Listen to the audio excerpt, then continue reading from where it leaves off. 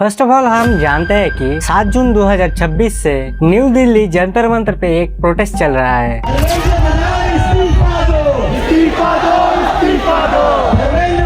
अगर इसी तरह अहिंसक रूप में ये आंदोलन चलता गया तो देश में बहुत बड़ा बदलाव भी आएगा और यही हम उम्मीद करते हैं। प्रोटेस्ट कम्प्लीटली पीसफुल था। मैं ये कहूँगा कि आने वाले हफ्ते में मैं खुद आप लोगों के साथ अनशन पर बैठूंगा।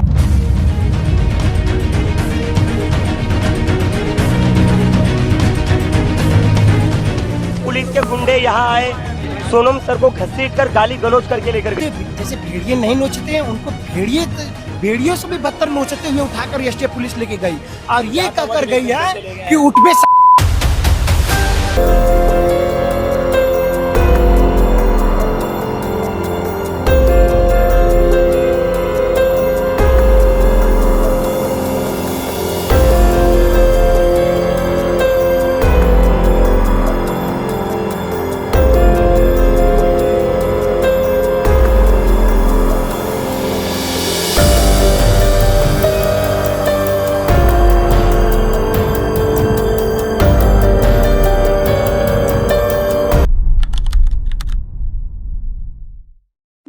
इस प्रोटेस्ट का मेन रीजन है इंडिया की एजुकेशन सिस्टम का failure, specially NEET, JEE, UGC NET और बाकी नेशनल लेवल कॉम्पिटिटिव एग्जाम को लेकर आज सिचुएशन इतनी खराब हो चुकी है कि जो एग्जाम लाखों स्टूडेंट का फ्यूचर डिसाइड करता है, उनकी क्रेडिबिलिटी ही क्वेश्चन के अंदर आ गई। स्टूडेंट सालों तक प्रिपेयर करते हैं, अपनी सोशल लाइफ सैक्रिफाइस करते हैं, रिलेशनशिप सैक्रिफाइस करते हैं, मेंटल पीस सैक्रिफाइस कर देते हैं, सिर्फ एक सपने को लेकर, that one day they will become a doctor, serve the nation and build a better future. लेकिन फिर क्या होता है, नीट का पेपर लीक हो जाता है। एलिजेटली एग्जाम से पहले ही पेपर 1 महीने तक सर्कुलेट हो रहा था, फिर एग्जाम कंडक्ट होता है, उसके बाद पेपर लीक की न्यूज बाहर आ जाती है। एनटीए के इंटरनल सिस्टम में ओएमआर पे सेटिंग करके गांव देहात का एरिया होगा जहाँ पे कैमरा नहीं होगा तो वहाँ पे तो गड़बड़ के चांस बहुत ज्यादा है।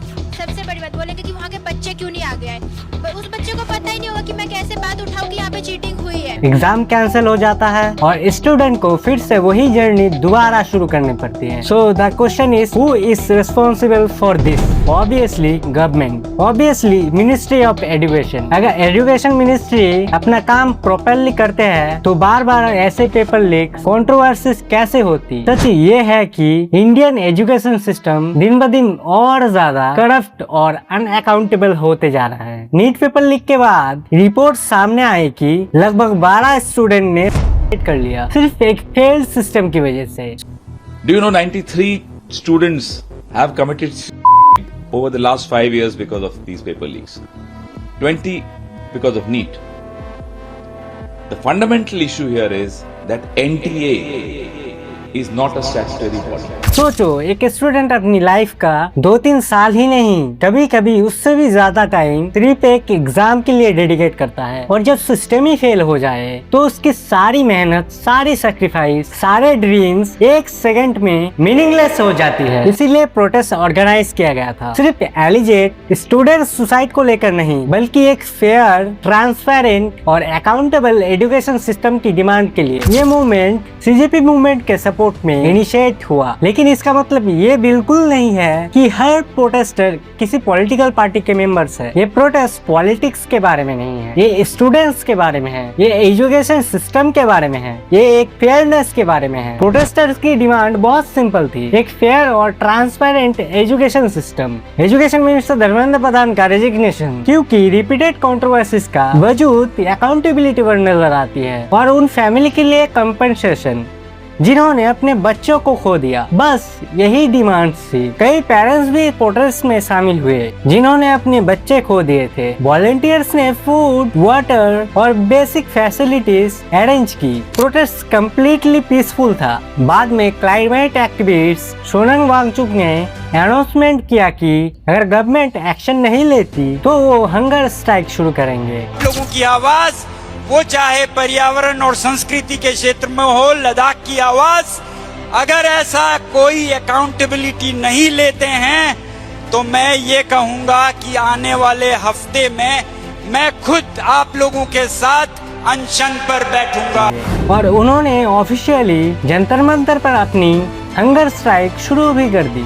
1 दिन, 2 दिन, 3 दिन ऐसे ही डॉक्टर रेगुलरली उनके हेल्थ मॉनिटर कर रहे थे। जैसे जैसे हंगर स्ट्राइक 16 डे में एंटर हुआ, Sonam Wangchuk reportedly become severely dehydrate and physically weak. फिर 18 जुलाई 2026 को पुलिस आई। सोनम वांगचुक को एक सफेद चादर में रैप करके वहां से डिटेन कर लिया गया। उन्हें ऐसा ट्रीट किया गया जैसे कि वो कोई क्रिमिनल हो। लेकिन उसके बाद भी प्रोटेस्ट नहीं रुका, पीसफुल प्रोटेस्ट कंटिन्यू रहा। फिर आया 20 जुलाई, march to parliament. Protester peacefully parliament की तरफ मार्च कर रहे थे, सिर्फ इस उम्मीद में कि with the hope that the system will change. उनके क्वेश्चन का जवाब देगी और उनके डिमांड एक्नॉलेज करेंगी। लेकिन पार्लियामेंट पहुंचने से पहले ही उन्हें बैरिकेड लगा के रोक दिया गया। क्या संसद में जाने का हक हमारा नहीं है? आम जनता होने के नाते हमें संसद जाने का हक नहीं बनता? क्या वहाँ ये सारे पॉलिटिकल पार्टी संसद में बैठेंगे? दिल्ली पुलिस के यूनिफॉर्म पहने हुए लोगों ने रोड ब्लॉक कर दिया। कई प्रोटेस्टर का कहना है कि यूनिफॉर्म पर नाम नहीं था और ना ही कोई बैच नंबर। और उसके बाद जो हुआ उसने बहुत सारे सवाल खड़े कर दिए। संसद भवन उखाड़ दिया जाएगा, संसद भवन उखाड़ दिया जाएगा और इस्तीफा नहीं मिला। डर क्यों रहे हैं? सामने क्यों नहीं आ रहे?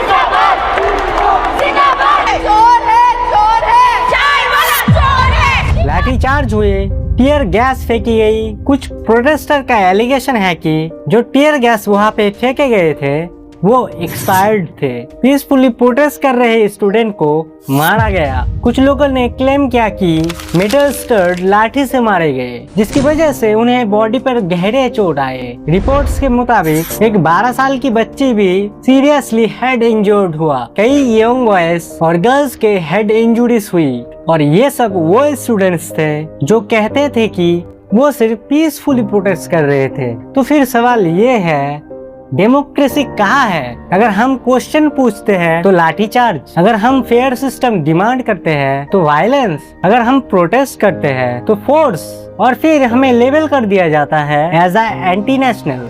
अगर करप्शन के खिलाफ बोलना एंटी नेशनल है तो डेमोक्रेसी का एक्चुअल मीनिंग क्या है? और अगर पीसफुली प्रोटेस्ट करने वाले स्टूडेंट और वुमेन के साथ भी फोर्स यूज होता है तो फिर एक बार फिर सवाल आता है, वेयर इज डेमोक्रेसी? जब प्रोटेस्टर पार्लियामेंट की तरफ मार्च करते हुए आगे बढ़ रहे थे, उनकी गवर्नमेंट से सिर्फ एक ही एक्सपेक्टेशन थी, एक रिस्पॉन्स। वो बस इतना चाहते थे कि पावर में बैठे लोग उनकी बात सुने, उनकी कंसर्न को एक्नॉलेज करे और उन्हें ये एश्योरेंस दे कि उनकी डिमांड को सीरियसली कंसिडर किया जाएगा। लेकिन प्रोटेस्टर के हिसाब से ऐसा कुछ भी नहीं हुआ। उनका कहना था कि गवर्नमेंट का कोई सीनियर ऑफिशियल उनसे बात करने नहीं आया, ना कोई ऑफिशियल स्टेटमेंट, ना कोई एश्योरेंस, ना कोई मीनिंगफुल डायलॉग। और इस बात ने बहुत सारे लोगों को ये सोचने पे मजबूर कर दिया, जब एक कम्प्लीटली पीसफुल मूवमेंट सिर्फ एजुकेशन सिस्टम में अकाउंटेबिलिटी डिमांड करती है तो उसका जवाब साइलेंस क्यों होता है? हम देखते हैं कि इलेक्शन के टाइम गवर्नमेंट्स बहुत एक्टिव हो जाते हैं, प्रॉमिसेस किए जाते हैं, वोट्स मांगे जाते हैं, जस्टिस, डेवलपमेंट और अकाउंटेबिलिटी के वादे, एश्योरेंस की वादे दिए जाते हैं। लेकिन जब वही सिटीजन जिन लोगों ने वोट देकर गवर्नमेंट को इलेक्टेड किया, जब वो आंसर मांगते हैं तो उन्हें लगता है कि उन्हें इग्नोर कर दिया जाता है। और यही से बहुत पेनफुल क्वेश्चन सामने आती है, क्या ऑर्डिनरी सिटीजन्स की वॉइस सिर्फ इलेक्शन के टाइम पर ही मैटर करती है? अगर एक देश में स्टूडेंट की डिमांड को इग्नोर कर दिया जाए, पीसफुल प्रोटेस्ट का कोई मीनिंगफुल रिस्पॉन्स ना मिले, अकाउंटेबिलिटी को बार बार डिले किया जाए, तो नेचुरली यंग जनरेशन उसी सिस्टम पर क्वेश्चन करेगी जिस पे उन्हें ट्रस्ट रखने को कहा जाता है। कई प्रोटेस्टर का मानना था कि उन्हें कंस्ट्रक्टिव एक्शंस नहीं मिला, उन्हें फोर्स मिला। डायलॉग की जगह बैरिकेड्स मिले, अकाउंटेबिलिटी की जगह साइलेंस मिला, रीएश्योरेंस की जगह अनसर्टेनिटी मिली। सोशल मीडिया पे सर्कुलेट हो रही ये वीडियोस के अकॉर्डिंग पार्लियामेंट के अंदर एक मेंबर ऑफ पार्लियामेंट इस इशू को राइज करने की कोशिश भी की। लाखों बच्चों की जो भविष्य है, उनके भविष्य के बारे में मैं बात कर रहा हूँ। और उसके लिए आज यहाँ जंतर मंतर पे हजारों बच्चे वहां पर आए हैं, वहां लाठी चार्ज हो गया है, गवर्नमेंट मारने की कोशिश कर रही है, गवर्नमेंट दबाने की कोशिश कर रही है, गवर्नमेंट निकालने की कोशिश कर रही है। लेकिन डिस्कशन प्रॉपरली शुरू होने से पहले ही हाउस एडजर्न कर दिया गया। कई लोगों के लिए ये सिर्फ एक पार्लियामेंट्री प्रोसीड्योर नहीं था, उनके लिए एक सिंबल था कि स्टूडेंट की कंसर्न को देश की हाईएस्ट डेमोक्रेटिक इंस्टीट्यूशन में भी प्रॉपर स्पेस नहीं मिल पा रही थी। इसी बीच सोशल मीडिया पर और भी वीडियो सामने आने लगे। कुछ लोगों का क्लेम्स था कि प्रोटेस्ट साइट पर डैमेज व्हीकल्स लेकर रखे गए ताकि ऐसा इंप्रेशन क्रिएट किया जा सके कि प्रोटेस्टर ने सबसे पहले वायलेंस स्टार्ट किया। दूसरी तरफ प्रोटेस्टर ने इन एलिगेशन को रिजेक्ट किया और कहा कि अवेलेबल वीडियो से कम्प्लीटली डिफरेंट स्टोरी दिखाती है और इसी वजह से ये इशू और भी बड़ा पब्लिक डिबेट बन गया। एक और चीज जिसने लोगों को डिस्टर्ब किया वो था प्रोटेस्ट के दौरान कुछ पुलिस पर्सनल का कंडक्ट। कई प्रोटेस्टर का कहना था कि चाहे ऑर्डर्स कुछ भी हो, हर ऑफिसर की एक मोरल रिस्पॉन्सिबिलिटी होती है। जब वो अनआर्म्ड सिविलियंस के सामने खड़े होते हैं, बहुत से इंजर्ड लोग स्टूडेंट्स थे, किसी का सिर फट गया, कोई रहा था, फिर भी कई लोग क्राउड के साथ खड़े रहे और कहते रहे कि उनका प्रोटेस्ट पीसफुल था।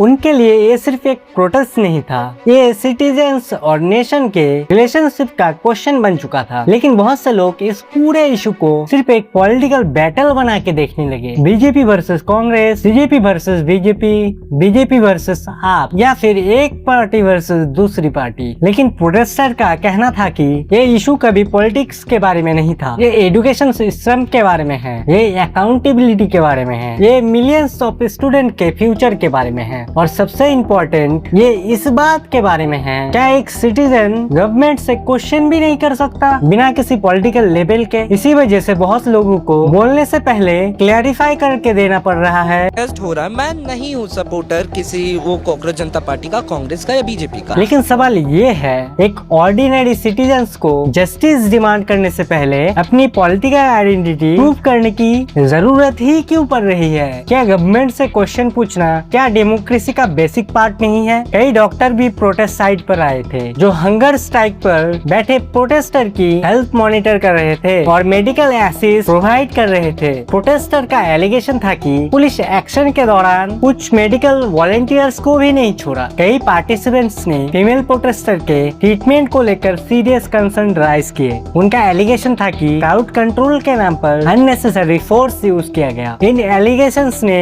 पब्लिक एंगर को और बढ़ा दिया और डेमोक्रेटिक राइट्स और सिटीजन सेफ्टी को लेकर नए क्वेश्चंस खड़े कर दिए। पूरे प्रोटेस्ट के दौरान कई लोग गवर्नमेंट की कंटिन्यूड साइलेंस से डिसअपॉइंटमेंट थे। ना कोई डिटेल पब्लिक एंगेजमेंट, ना प्रोटेस्टर के साथ डायरेक्ट कम्युनिकेशन, ना उनकी कंसर्न को एड्रेस करने के लिए ना कोई क्लियर रोड मैप। कई लोगों के लिए गवर्नमेंट की ये साइलेंस किसी भी ऑफिशियल स्टेटमेंट से ज्यादा लाउड थी। सपोर्टर्स का कहना था कि ये इशू पॉलिटिक्स से बहुत बड़ा है, रिलीजियन से बड़ा है, कास्ट से बड़ा, पॉलिटिकल आइडियोलॉजी से भी बड़ा। सबसे पहले अगर कोई आइडेंटिटी होनी चाहिए तो वो है ह्यूमैनिटी। हमारे हिसाब से डिबेट ये नहीं होनी चाहिए कि कौन सी पॉलिटिकल पार्टी जीत रही है या हार रही है। डिबेट स्टूडेंट्स पर होनी चाहिए, फेयरनेस पर होनी चाहिए, अकाउंटेबिलिटी पर होनी चाहिए और इस बात पर होनी चाहिए कि फ्यूचर जनरेशन को भी कभी ये फील ना हो कि उनकी सालों की मेहनत एक सिस्टम की फेलियर की वजह से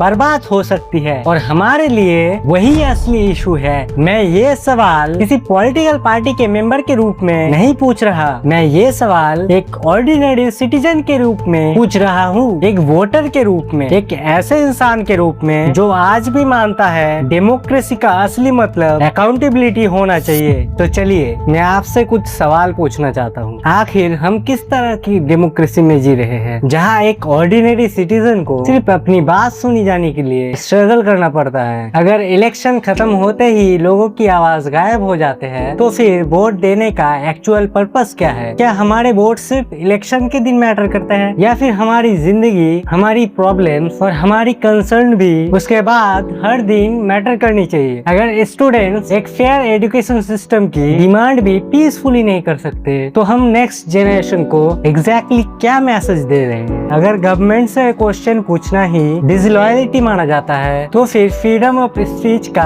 एक्चुअल मीनिंग क्या रह जाता है? अगर अकाउंटेबिलिटी को गवर्नमेंट की रेस्पॉन्सिबिलिटी के बजाय गवर्नमेंट के अगेंस्ट अटैक माना जाता है, तो फिर डेमोक्रेसी आखिर सर्व किसको करती है? अगर सिस्टम की फेलियर की वजह से एक स्टूडेंट का फ्यूचर बर्बाद हो सकता है, तो उसकी रिस्पॉन्सिबिलिटी कौन लेगा? अगर सालों की मेहनत करप्शन या नेग्लिजेंस की वजह से एक पल में खत्म हो जाए, तो उन स्टूडेंट और उनकी फैमिली को जवाब कौन देगा? अगर पीसफुल प्रोटेस्ट का जवाब डायलॉग नहीं बल्कि फोर्स हो, तो फिर ये हमारी डेमोक्रेसी के बारे में क्या बताता है? और अगर हर इलेक्शन में गवर्नमेंट हमसे ट्रस्ट मांगती है, तो क्या उनकी रिस्पॉन्सिबिलिटी नहीं बनती कि वो ट्रांसपेरेंसी और अकाउंटेबिलिटी के थ्रू वो ट्रस्ट अर्न भी करे? मैं ये मानने से इनकार करता हूँ कि फेयरनेस की डिमांड करना किसी को एंटी नेशनल बना देता है। मैं ये मानने से भी इनकार करता हूँ कि गवर्नमेंट से क्वेश्चन पूछना देश से नफरत करना नहीं होता। पावर में बैठे लोगों से सवाल पूछना नफरत नहीं होता। अकाउंटेबिलिटी डिमांड करना डेमोक्रेसी के खिलाफ नहीं होता, बल्कि यही तो डेमोक्रेसी का एक फंडामेंटल प्रिंसिपल है। गवर्नमेंट को लोग इलेक्टेड करते हैं और इसीलिए गवर्नमेंट की सबसे पहली रिस्पॉन्सिबिलिटी बनती है लोगों की बात सुनना, सिर्फ इलेक्शन के टाइम पर नहीं, सिर्फ जब वोट की जरूरत हो तब नहीं, हर दिन हर सिचुएशन में ही। क्योंकि डेमोक्रेसी के स्टैंड इसी बात से डिसाइड नहीं होती कि लीडर्स कितना बोलते हैं। डेमोक्रेसी की स्टैंड इस बात से डिसाइड होती है कि वो अपने सिटीजन्स की बात कितनी सीरियसली सुनते हैं। और हमारे लिए ये इशू पॉलिटिक्स से भी बड़ा है, पॉलिटिकल पार्टी से बड़ा है, आइडियोलॉजी से भी बड़ा है। ये स्टूडेंट्स के बारे में है, ये जस्टिस के बारे में है, ये अकाउंटेबिलिटी के बारे में है, और सबसे बढ़कर ये ह्यूमैनिटी के बारे में है। और अगर आज हम क्वेश्चन पूछना बंद कर देंगे, तो शायद कल हम ऐसे देश में उठकर बैठेंगे जहाँ क्वेश्चन पूछने का हक ही नहीं बचेगा। इसीलिए पॉलिटिकल साइड चूज करने से पहले ह्यूमैनिटी चूज करो। किसी पार्टी को डिफेंड करने से पहले जस्टिस को डिफेंड करो। पावर को प्रोटेक्ट करने से पहले जनता को प्रोटेक्ट करो। क्योंकि सरकार आती है, सरकार जाती है, पॉलिटिकल पार्टी बनते हैं, टूट जाते हैं, लेकिन एक ब्रोकन सिस्टम का बर्डन हमेशा ऑर्डिनरी लोग ही उठाते हैं। और इसी के साथ मैं आपके सामने एक आखिरी सवाल छोड़ के जाता हूँ। What kind of country do you want to become and what we are willing to do peacefully and democratically to help to build it?